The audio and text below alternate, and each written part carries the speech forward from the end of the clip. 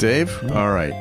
We're about to talk to somebody right now who has a head of hair that I do not want to talk to this guy. You will kill for his head of hair. I mean, he's a man with a very impressive head of hair. Yeah, and an impressive resume as well. It turns out there are other reasons to talk to him. And we'll be doing that here because it's time for Minutia Men Celebrity Interview.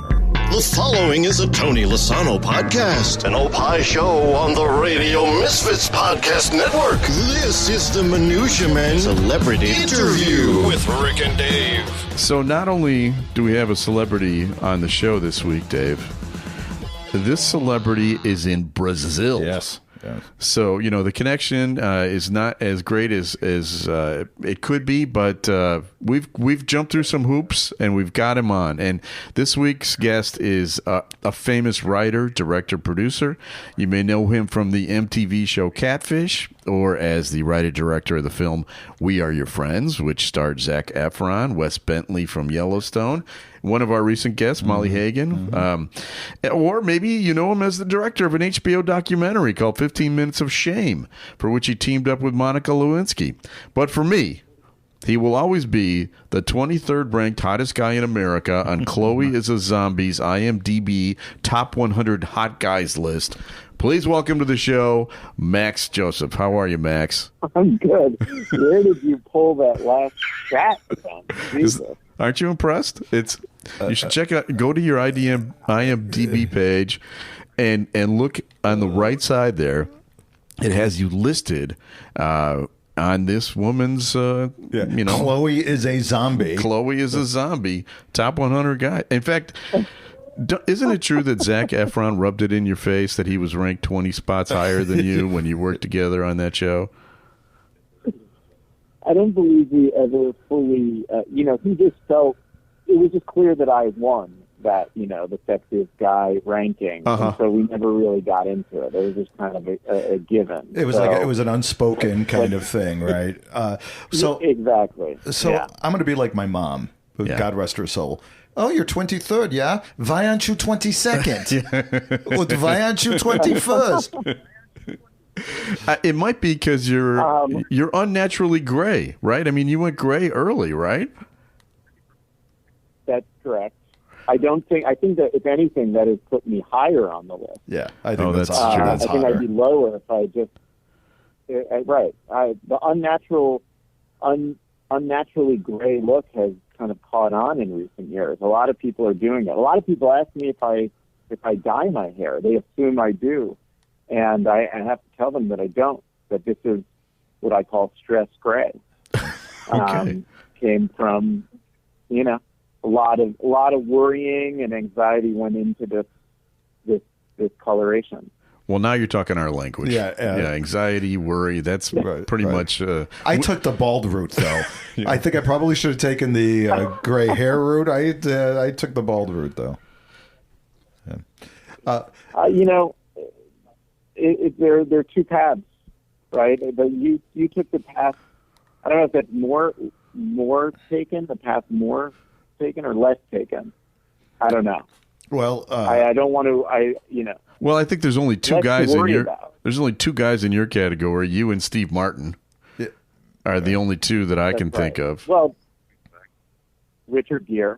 Okay, oh, that's a good one. And the dude who won American Idol, Taylor Hicks. Okay. Wasn't he another one that turned great? Yeah. Hey, your show, Catfish. There's some others. Yeah. Your show, Catfish, is great. And it was a guilty pleasure of mine. I would, I had teenage daughters who would watch the show, and I would kind of sneak. I'd look at them like, "What are you watching?" And then I'd go upstairs and watch it. Girls, go to your room right now.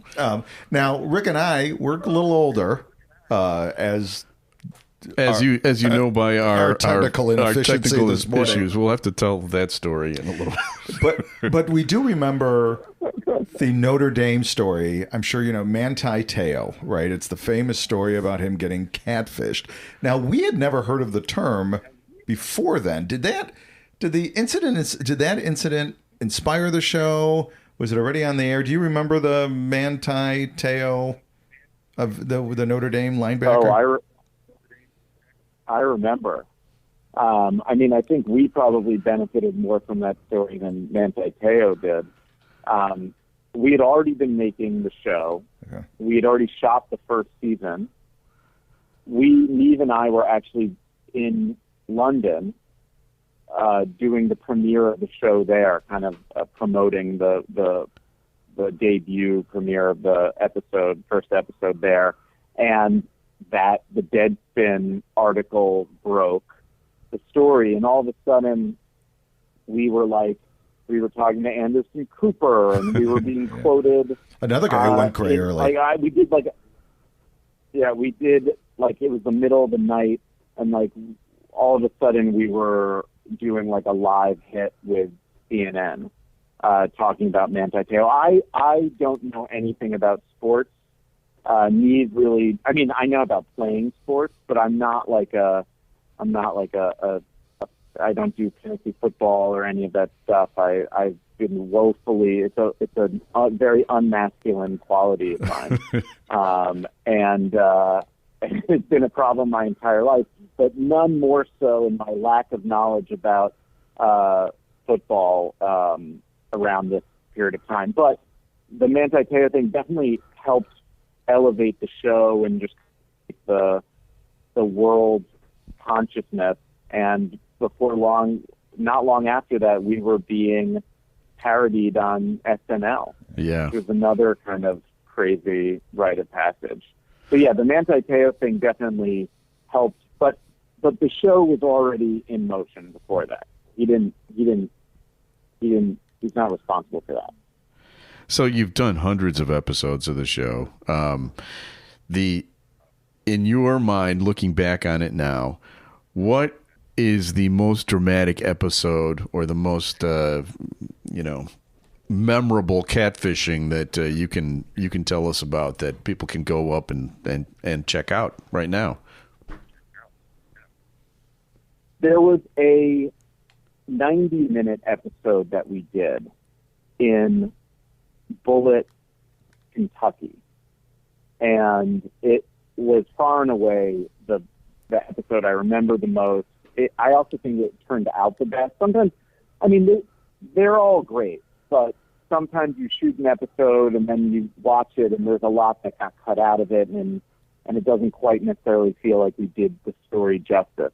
This was like our 190-minute episode, whereas most of them are under an hour, and it really felt like the edit did the story justice. And it was a crazy story. This girl's father had murdered her mother and went to prison. And this is when this girl was like 3 years old or very young. And it happened in front of her and her sister. And the father went to prison, and then he ended up dying in prison. He may have committed suicide. Kind of forgot that part. But now, like 10, 12 years later, this girl starts to get messages. She's now like a teenager. And she starts to get messages from a medium in Florida, in Jupiter, Florida, of all places, saying that this medium has been speaking to her father and wants to connect with her and say things to her. And this woman in Jupiter, Florida, this medium knew things that you could not have possibly known through the internet, through any kind of police reports, through anything. Secrets that only this girl knew. And weird supernatural things were even happening when we were shooting the episodes. Like, just like animals were like coming like way too close to us, like a raccoon, like seemed like was standing on its hind legs and like walked up to us while we were shooting, and then we had like a medium session. I didn't believe in any of that stuff going into this episode, and I definitely came out of this episode being like, you know what, there are definitely things that are just unexplained, and this is one of them, and I witnessed it, and like, it's got to be for real. Like, these things are for real. Wow. So that was the best Catfish episode. Do you remember? I mean, that's the one that I remembered and really left a deep impression on me. Wow. Yeah, do you remember the name of the episode so people can find it by any chance? I believe it's Kayla, and let me Google it really quickly. That's really pathetic that I need to Google my own episode. Google the IMDb list and see if you're really 23rd, or did we just make No, that he's up? going to get too upset when he sees who's ahead of him. You got like Don Knotts ahead of you. You got Yeah, right. Kayla and Courtney. Okay. all right. Kayla and Courtney. That's the one. That's the one. Watch that one. So you left the show to pursue your other interests, writing and directing, right? Why don't we go over that a little bit about your reason for leaving the show? Yeah, I mean, for 7.5 wonderful years, I was making the show, and it was great, and I had a blast doing it. But it was, it's kind of the same thing over and over again, and there were a lot of other things I wanted to do with my time, with my life. I had gotten married the year we started making the show. My wife was not from America, and she came to live with me. And then all of a sudden, it's like, hey, let's get married. Welcome to America. All right, I'm going to be on the road now for, unpredictably for 9 to 10 months out of the year. Right. And you can come with me, or and she did come with me for a while at the beginning, and then that got tiring. And so after 7.5 years of not I couldn't make any plans, the episodes kind of came together very, very quickly. And so we were always kind of on call, and sometimes those episodes would fall through. But let's say you were my best friend who said, hey, Max, I'm getting married in a year from now, and I want you to be the best man at my wedding.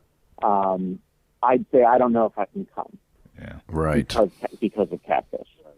And so it was just kind of this, I mean, it was great, but it was also just I never knew what I was doing until the day before. Sometimes an episode would fall through, and it's like, oh, hey, friends, I can go to that wedding that's tomorrow, or now I can spend time with my wife. And obviously that made planning any other kind of production thing very hard. So after a while, the show just kind of kept on going. I kept on thinking, all right, this has got to be the last season. And it just wasn't. And you were pissed when they renewed it. No, not at all. But I was just at some point, if it doesn't end, I'm going to have to just leave. And, it didn't end, and so I left. But, the show has continued. It's still great. People love Tammy, who, has taken my place and expanded the role. And we all, we're all close. We're all friendly. So no ill will or anything like that. It's not like one of those juicy, dramatic stories. And now I've been able to do a lot of film and TV stuff and make short films, and I made a feature that came out, a doc that came out 2 years ago, and I've got a couple other really exciting things that I've been working on. So, it was great. Well, let's talk about one of those things, because I really enjoyed your documentary, 15 Minutes of Shame. Covered, in some ways it is similar to Catfish. I mean, it covers some similar things. It's about people who have been canceled. It's a word I hate, but I'm using it for shorthand here, for stupid mistakes they made, or like a moment of madness in the era of social media. Something can happen in a split second, and then your whole life could be ruined. Talk to us about some of those stories in that film that affected you, and why they affected you. Yeah, well, 15 Minutes of Shame is very near and dear to my heart. I kind of came up with the desire to make it while I was making Catfish. I was seeing obviously the dark side of the internet in a lot of the stories we were exploring on the show, but also I would see how when the episode aired, people on the internet would drag, that's a term that your kids know, I hope maybe you guys know it, like people who participated on our show, who we kind of, they trusted us and we won them over and they came out of their shells, whether they were, the Catfish or the hopeful, they did a brave thing and they put themselves out there to come on the show. And then I would see how Twitter would treat them when they came on. And it was really disheartening, especially because the show was about kind of coming clean and redemption. And it seemed like we were trying to push those values. And I imagine that anyone who liked the show or watched the show at some point you realize that, like, yes, while this person may have done something that's messed up, like at least here they are taking credit for it. But people were really just being mean. And I just was watching this kind of the meanness just snowball, just not on our show, but just on the internet in general. And then, of course, there was the 2016 election, and then all the meanness online that kind of continued after that. And I was like, we got to talk about this. Whether it's people being canceled for something dumb that they said, or using canceling as a social activist tool that can be very effective, to cyber harassment, revenge porn, just kind of like racist hate mobs. Like the internet was being weaponized for all sorts of meanness. Yeah, I call it the assholification of America. Wouldn't you agree? Isn't that kind of what's happened? There is a real assholeification. Yeah, like totally. all of a sudden it's totally fine to be an asshole. Yeah. Well, it should not be fine to be an asshole. Definitely has become. I mean, not only is it fine to be an asshole, but like it is financially. It's rewarding. It's very rewarding to be an asshole. And like, there's a great book that I read, and I interviewed the author for one of my short docs. He wrote a book called Assholes, and his name is Aaron James. Yeah, I've seen it on the bookshelf. It catches your eye, doesn't it? Yeah. And in the book, he talks about kind of like the asshole industrial complex in America. And it's kind of true. It's like, and he cites kind of pundits and cable news and how being a provocateur and being controversial and saying outrageous extreme things, like, if people want to watch you, what is he going to say next? And even if they might not like you in real life, being an asshole, all of it, makes great entertainment. And so we like watching assholes, and because we like watching assholes, there's a lot of money to be made from assholes, which results in more assholes. Yeah, that's right. Not that you guys are not assholes, but maybe if you were bigger assholes. We're just not very successful assholes, because we're like mediocre assholes, which is the worst thing to be. We're like kind of assholes. We don't get any of the benefits of being assholes an asshole. In training, really. Yeah, right. We're totally irrelevant assholes. Monica Lewinsky, you had the pleasure of working with her on 15 Minutes of Shame, right?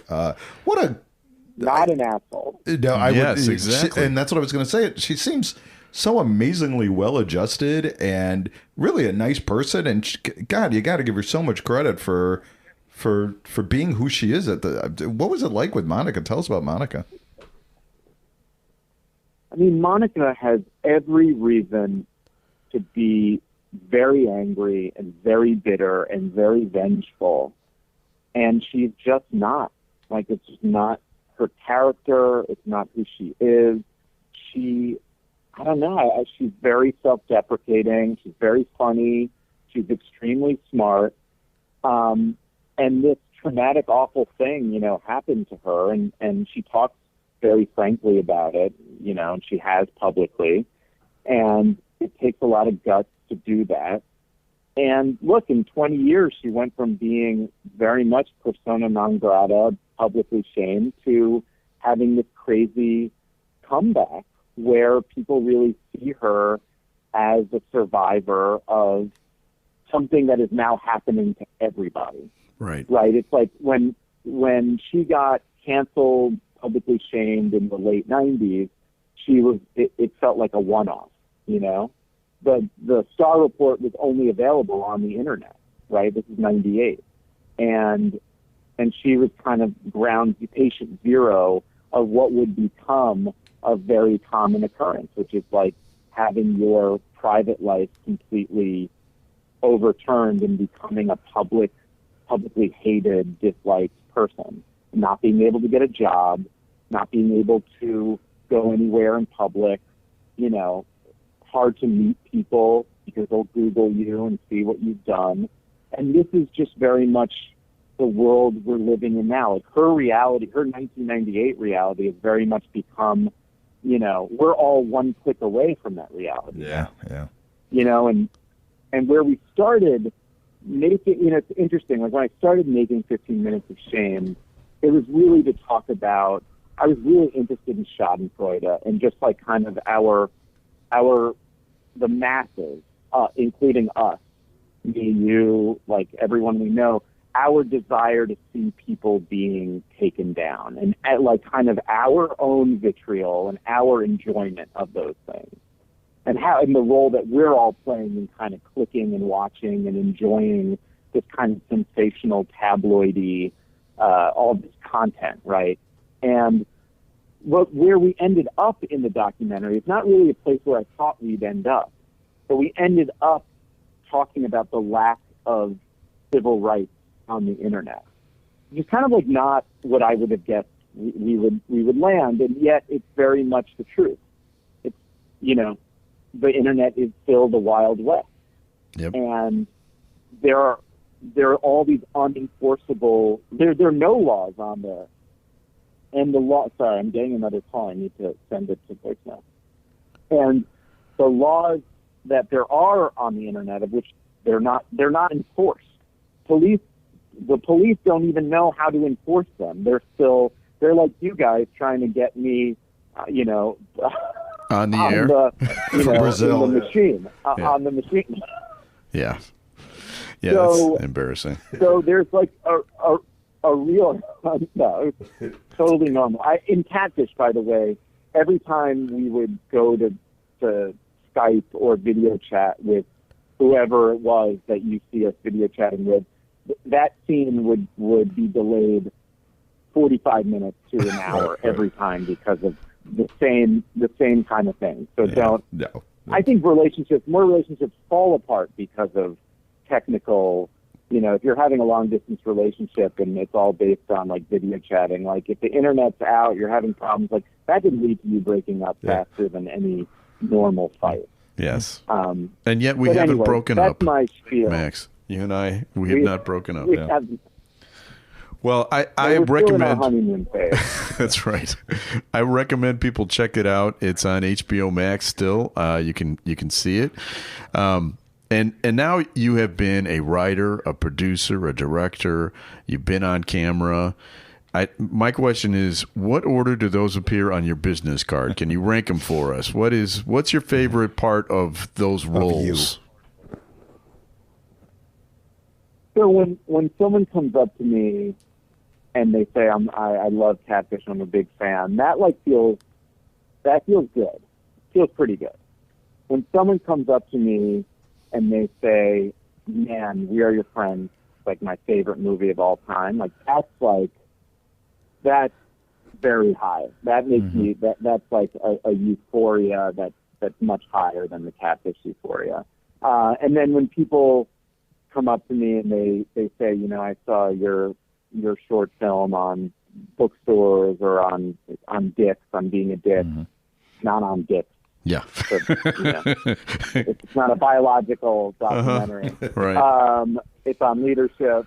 And they say, you know, those films really helped me out or changed me or something. But that really, that also rates very, very, very high. Yeah. So on my business card, I guess I like being a filmmaker. I like being behind the camera. I like shaping stories, and I like creating things that I don't know, that help people make sense of themselves, make sense of the world a little bit, as opposed to just kind of pure entertainment. But I like creating experiences for people. And oddly, being on camera, though there are a lot of great perks to it, it's not as enjoyable for me. Yeah. But the perks are amazing, I got to say. You're number 23, buddy. Yeah, exactly. You wouldn't have been number 23 if you were just behind the scenes. Exactly. That's true. No, I mean, like, look, to be on. I guess part of the reason why I left Catfish 2 is because I realized what it would take to continue to feed being an on-camera persona. It's a lot. It's a lot that goes into it now. Yeah. It's not like maybe it used to be. Like, you need to feed it. You need to engage with your fans. You need to keep up on social media. You need to keep on saying things, and those things that would help if those things that you're saying keep on getting more extreme. And then you need to maybe let people into your private life, and you need to share what you're doing with your wife or not doing with your wife. And I don't know, just the price of it seemed very high. And you can't let yourself go. You want a cheeseburger. You got to think, I'm going to be on camera this week, but that cheeseburger sure looks good. And now you can have a cheeseburger. Right. You can even have a Reuben or a patty melt, whatever you want. Yeah, corned beef. Totally. No. Hot wings for breakfast, lunch, and dinner. Deep dish pizza. I'm speaking your guys' language. Yeah, I was going to say, right? Yeah, next time you're in Chicago, we will take you for deep dish pizza, and we'll be happy to. Before we let you go, I want to talk about the film the short film that you just mentioned a couple seconds ago. Dicks, Do You Need to Be One to Be a Successful Leader? Tell us a little bit about that, and should we worry about the upcoming election here in America? With the title of this short film. Well, I think the asshole industrial complex has certainly led us to this moment in time and this tipping point. You do not have to be a dick to be a great leader. And I think that there are a number of, in my opinion, great examples of that. I would cite Barack Obama. I was going to say, being one of them. People might disagree with me. Speaking of Chicago. But I do think Chicago is a big part of his story. I do think that this election is going to be potentially hazardous. But you asked about the documentary first. I think it's very tempting and easy to say, well, being a dick and being just an asshole kind of stereotype of a drill sergeant is what being a leader looks like. And I think it's like kind of a cop-out. I think that you need to kind of be the leader that I was struggling with it too. Again, the reason I made that documentary is because I'm kind of a do-it-yourself filmmaker.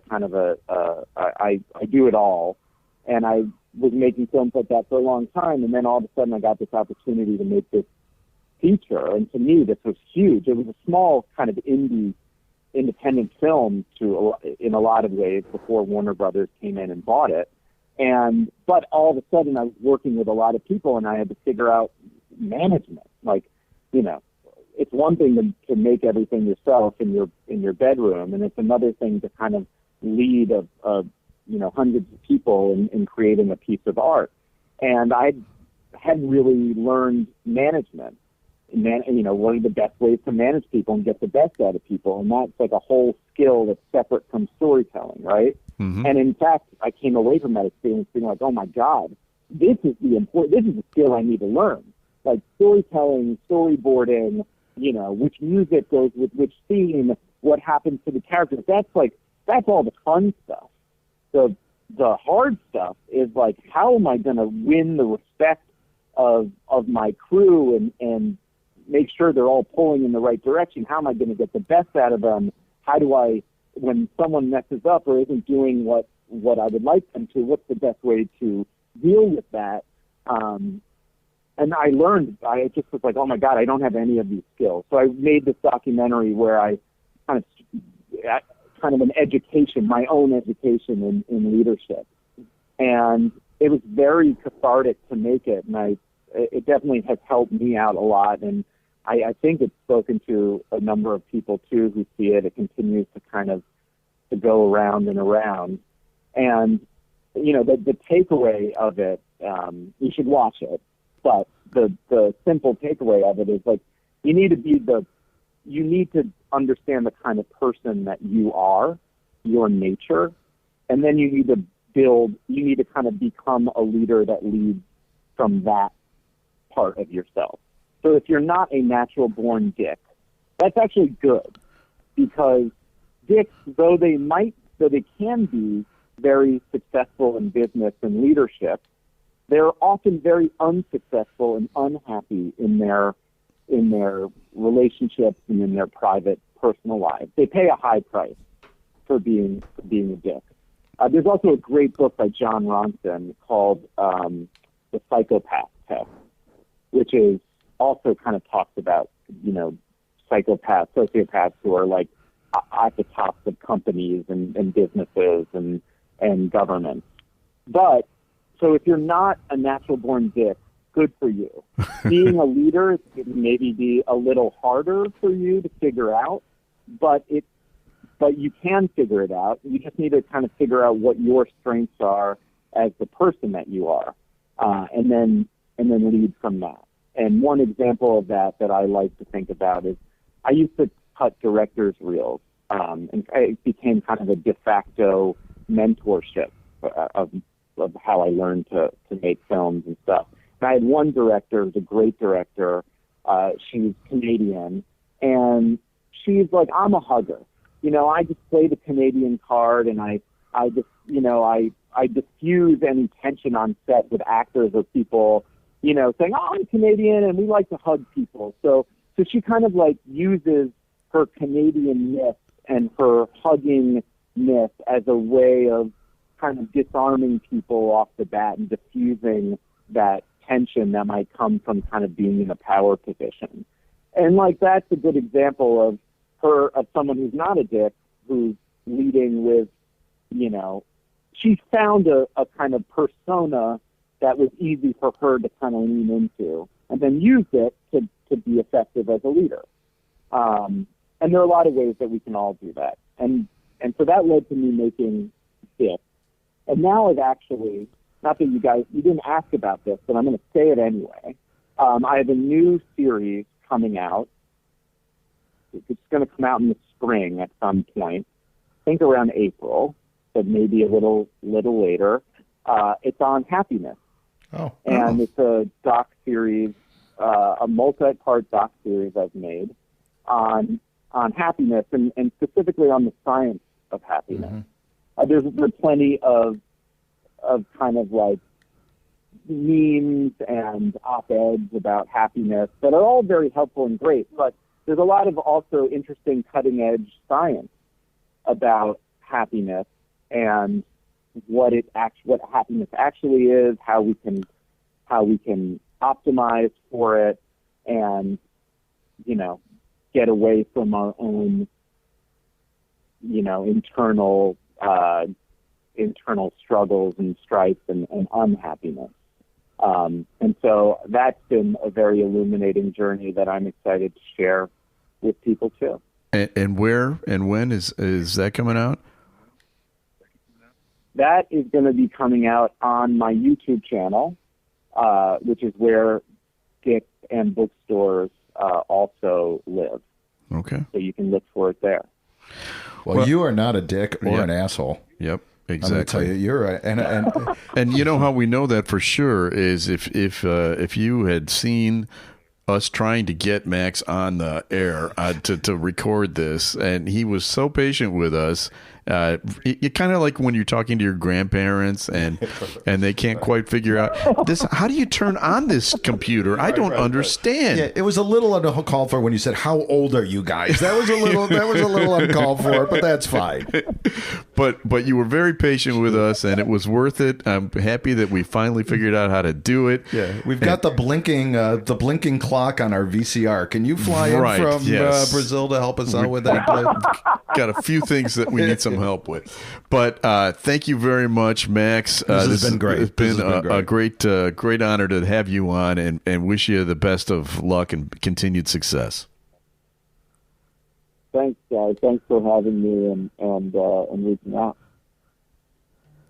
Oh, are you there? And good luck with your connections with future guests. Thanks. We have a no Brazil rule from now on, to be honest with you. It can only get better from here, is the way I'm looking at it. After we get off the phone, I'm just going to rip Rick a new asshole. And I am going to be exactly the opposite of, I am totally going to be a dick in a few seconds. Yes. He does it naturally, though. Hey, it's authenticity is what I like to call it. Yeah. Thanks, Max. Have a good Max, one. We appreciate it. Thanks. Natural assholes only. Yes, exactly. Thanks, buddy. Really appreciate it. Talk to you later. Bye-bye. All right, guys. Take care. Bye. You know, that was great. It was. Yeah. I'm glad we did. And it really was embarrassing. I mean, we're trying to do FaceTime audio. This is a new gadget. Yeah. I've got a new gadget here. So I'm trying to figure it out. People who listen to the show probably don't realize that I'm not the most technically adept person. Yeah. That no one has that history. That's a surprise. No one has that history. But he was great. I mean, what a great body of work, right? I mean, he's the Catfish, and then he's got the 15 Minutes of Shame, and then it's just, and the movie is with Zach Effron is pretty good too. Well, we've got people to thank. We need to thank Brandon Herman for scoring this guest for us. Thank you, Brandon. We need to thank Tony Lasano, who is the executive producer of Minutia Men Celebrity Interview. Ed Silla. Yeah, right. He is probably been wondering what the heck's going on here, but now we've got a new show for him. Right. But he has to now go through all this editing. So right. Ed Silla. It's Rick's fault. Who is the person that distributes the show. Thank you very much, Ed. And we'll be back again. Now we've got it all figured out. We'll be back again next week with a brand new episode of Minutia Men Celebrity Interview. The proceeding was a presentation of the Radio Misfits Podcast Network. Find our other great shows on iTunes, Stitcher Radio, and at radiomisfits.com. Thank you. This has been a presentation of Opie Productions. Tony, can you shut up? Go to your IMDb page